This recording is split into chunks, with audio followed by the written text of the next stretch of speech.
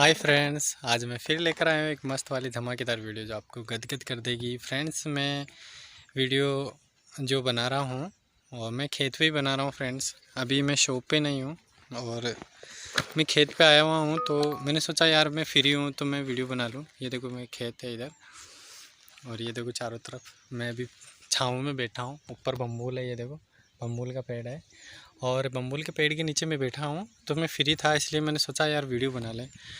मेरे पास कमेंट आए थे और मैं कमेंट के बारे में कुछ बाद में बात करूंगा और हो सकता है इस वीडियो में हो पाए या नहीं हो पाए, लेकिन आज मैं एक जो मतलब मैंने देखा है, जो साक्षात हुआ है, उस पे मैं थोड़ा बहुत चर्चा करूंगा आज। फ्रेंड्स, की बहुत सारे इंसान मेरे को ये भी पूछते हैं कि क्या अपना गुरु श्रेष्ठ है तो क्या उसकी तारीफ़ करनी चाहिए या नहीं करनी चाहिए। तो फ्रेंड्स, मेरे मित्रों, वैसे गुरु सब तारीख लायक ही होते हैं।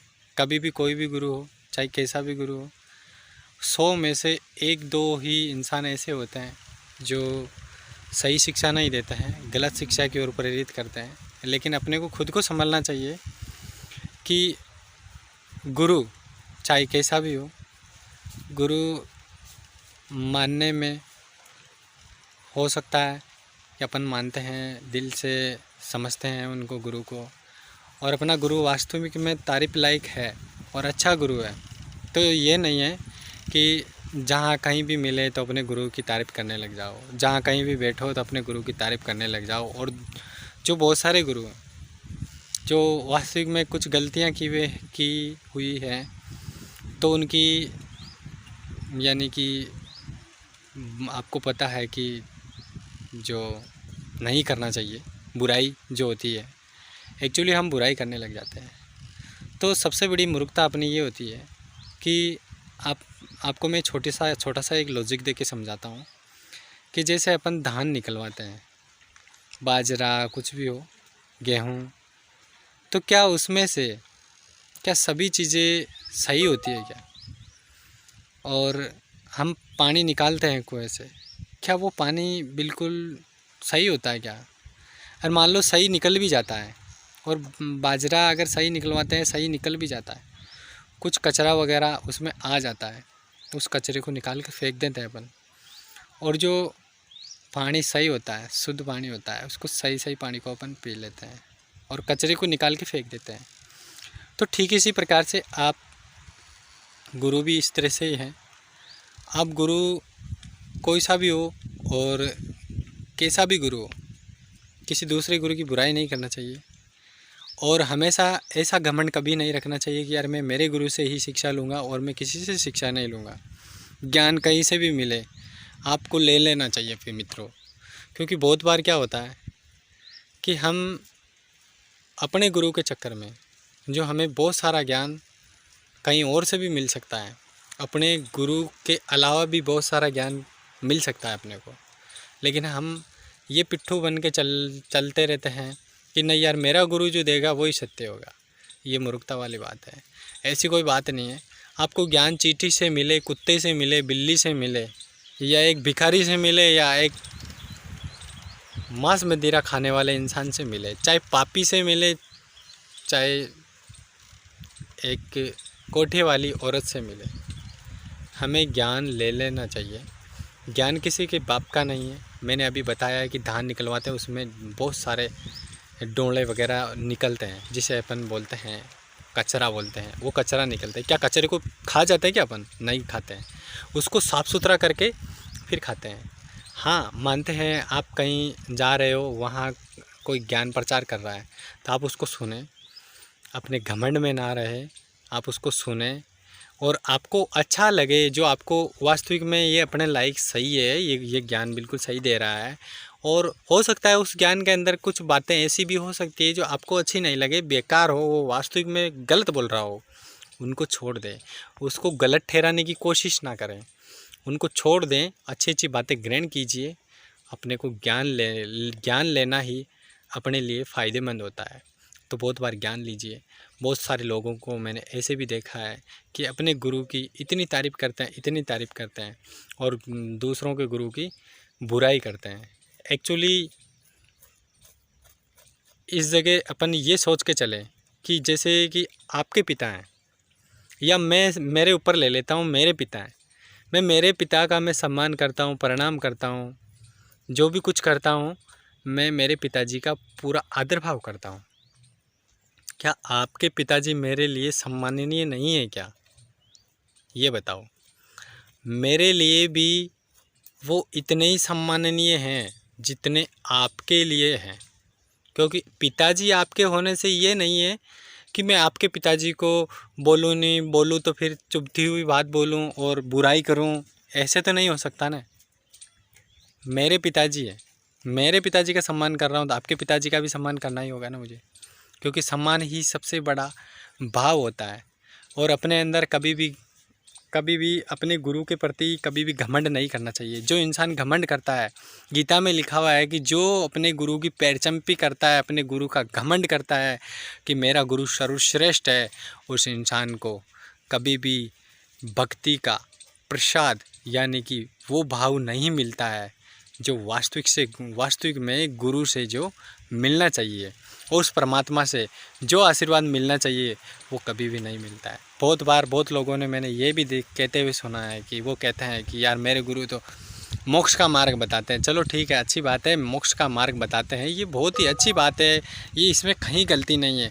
लेकिन जब वो ये कहते कहते ये भी बोलने लग जाते हैं कि तुम्हारे गुरु तो ऐसे हैं, तुम्हारे गुरु तो ख़राब है, तुम्हारे गुरु तो वो मार्ग नहीं बताते, ये नहीं बताते, यार ये सबसे बड़ी मूर्खता है।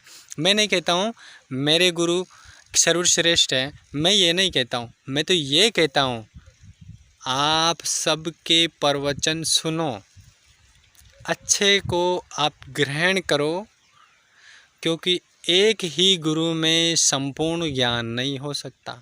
इस पृथ्वी पे ऐसा कोई मनुष्य जन्मा नहीं है अभी तक कि उसके अंदर पूर्णतः ज्ञान विद्यमान हो। आज दिन तक भी नहीं जन्मा। ज्ञान अनंत होता है और मोक्ष के द्वार भी अनंत हैं। एक ही मोक्ष का द्वार नहीं है, यानी एक ही मोक्ष का रास्ता नहीं है, और एक ही रास्ते से हम मोक्ष नहीं पा सकते। जो इंसान, जो गुरु जो रास्ता बताता है तो उन भक्तों के लिए वही सर्वश्रेष्ठ होता है। दूसरे गुरु कोई बताता है वो उनके लिए बेकार होता है। एक्चुअली ऐसा नहीं होना चाहिए। हाँ, विश्वास करना चाहिए, मानना चाहिए, लेकिन कभी भी किसी दूसरे गुरु का बुराई नहीं करना चाहिए। बुराई करने से आप अपन खुद तो नरक में जाओगे, लेकिन अपने गुरु को भी मतलब बदनाम कर रहे हो, और इस बदनामी से आपको कितना सारा पाप चढ़ने वाला है या आप कल्पना भी नहीं कर सकते हो। हमारे अंदर एक ऐसी मेमोरी फिट की जाती है जो अपन साधारण भाषा में बोलें तो जो दिमाग है उसमें दिमाग में ईश्वर ने ऐसा रिकॉर्डेड सिस्टम रख रखा है कि अपन ने पूरे दिन में अच्छा क्या किया, बुरा क्या किया, ये सब रिकॉर्डेड होता है उसके अंदर। अच्छा किया वो भी रिकॉर्ड होगा, बुरा किया वो भी रिकॉर्ड होगा, आपने कुछ भी नहीं किया जन्म लेके वो भी रिकॉर्ड होगा। जब जो जैसी करनी करता है, यथा कर्म तथा फलम, जो जैसा कर्म करता है उसको वैसा ही फल मिलता है। ज़रूरी नहीं है कि अभी आप कर्म कर रहे हो और तुरंत दूसरे दिन आपको वो कर्म मिल जाए, ऐसा नहीं होता है। ये कर्म एक सही समय के ऊपर मिलता है। आपको एक छोटा सा एक कहानी बता देता हूँ, कहानी बताता हूँ, या एक छोटा सा एक चुटकुले के रूप में बता देता हूँ, समझा देता हूँ। एक लड़का वो मेरे पास आके मेरे को बोलता है, ये बात हकीकत है, मैं इसको चुटकुले के रूप में आपको सुना रहा हूँ। एक्चुअली एक लड़का आके मुझे बोलता है, वो एक्चुअली हमारे अतिथि थे, वो आके मेरे को बोलता है कि राजकुमार जी आज तो हम बाल बच गए, हम तो मर जाते आज। वो मुझे ये बोलता है। तो फिर मैंने उसको बोला कि आप बाल बचे हो तो आप अपने अच्छे कर्म की वजह से बचे हो। वो बोला कि हाँ मुझे भी यही महसूस हुआ। मैंने बोला हाँ आपको महसूस हुआ है, हो सकता है आपको अनुभूति हो गई हो, अच्छी बात है, लेकिन हमेशा आप बाल बचे हो। आप बोल रहे हो कि मेरे ऊपर ये चढ़ जाता, मैं आज तो रोड के चिपक जाता, तो मेरे को ये बोला, तो मैंने कहा कि आपके कुछ अच्छे कर्म होंगे इसलिए आप बच गए हो, और तो बहुत अच्छी बात है। तो ये जो अच्छे कर्म होते हैं, बहुत बार हम क्या है कि बहुत सारा दान दक्षिणा कर देते हैं, कहीं दान दे देते हैं, अपन सोचते हैं और किसी की हेल्प कर देते हैं, अच्छा मतलब किसी को बचा भी देते हैं। तो बहुत सारा ये करने के बाद में अपन क्या सोचते हैं, अरे यार मेरे साथ तो बुरा ही बुरा क्यों हो रहा है, या बुरा नहीं हो रहा है मेरे साथ, अच्छा भी नहीं हो रहा है, बुरा तो हो ही नहीं रहा, चलो मान लेते हैं क्योंकि वो नॉर्मल चल रहा है, लेकिन यार मेरे साथ अच्छा क्यों नहीं हो रहा, मतलब मेरे को मिलना चाहिए यार, मैंने इतना दान कर दिया।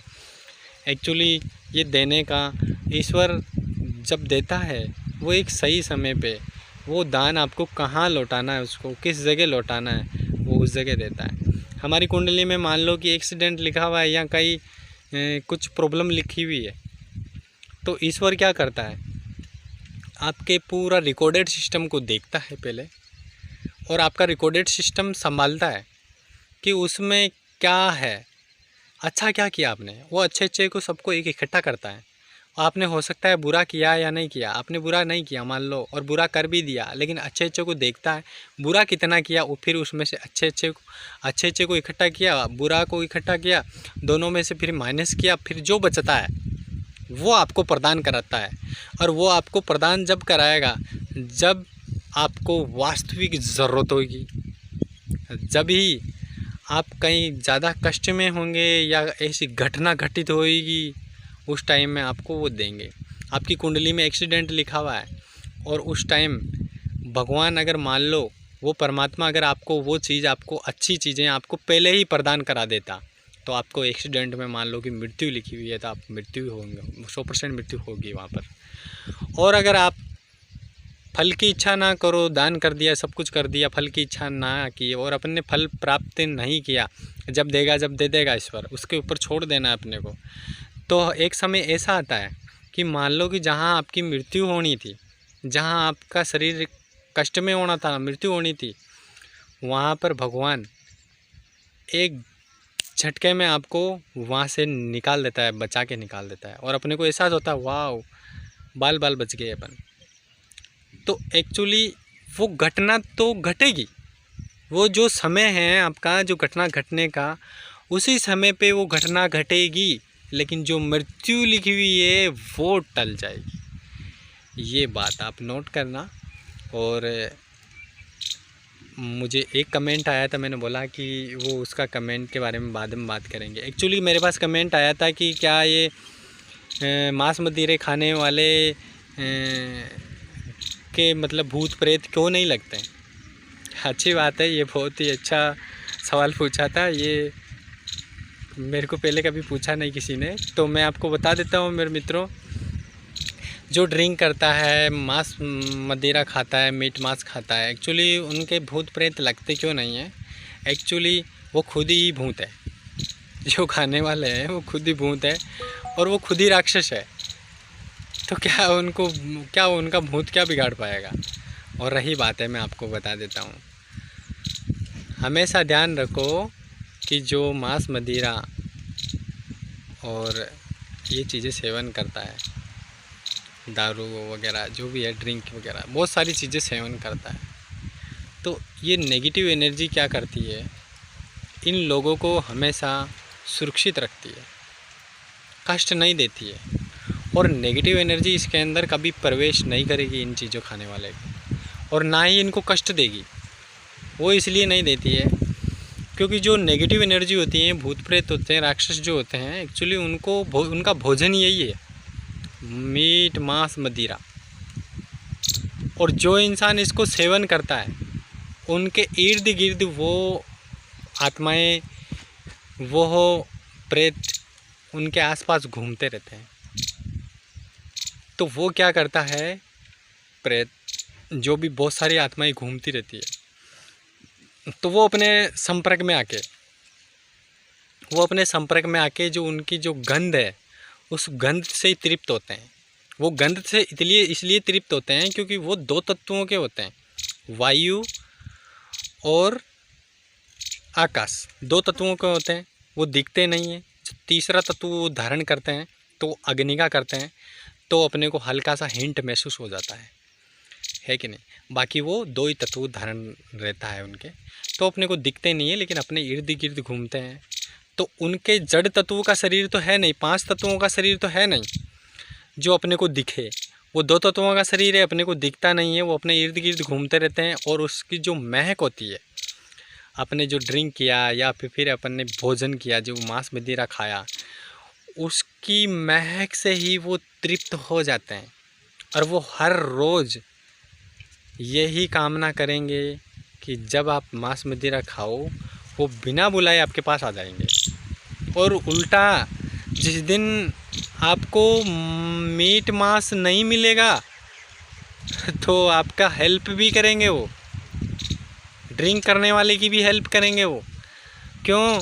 क्योंकि आप अगर पैसे मांगने निकलोगे तो आपको कोई पैसे नहीं देगा, लेकिन ड्रिंक करने वाला इंसान अगर पैसे मांगने के लिए निकल जाए शाम तक, तो उसके पवे का जुगाड़ हो ही जाता है 100%।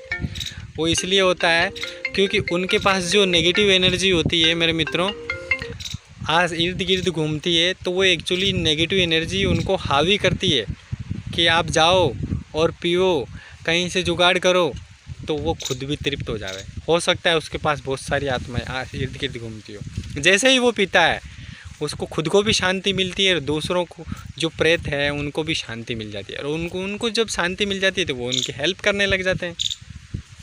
ये वाला सिस्टम है, ये फंडा ये होता है। इसलिए वो एकदम खुशल मंगल होते हैं।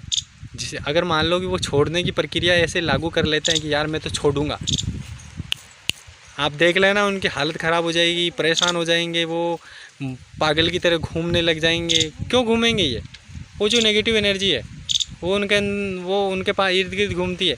वो उसने छोड़ने का निश्चय जैसे ही लिया तो बस वो उसको परेशान करने लग जाएगी। और एक समय ऐसा आएगा वो वापस पीने लग जाएगा। ये 100% सत्य है।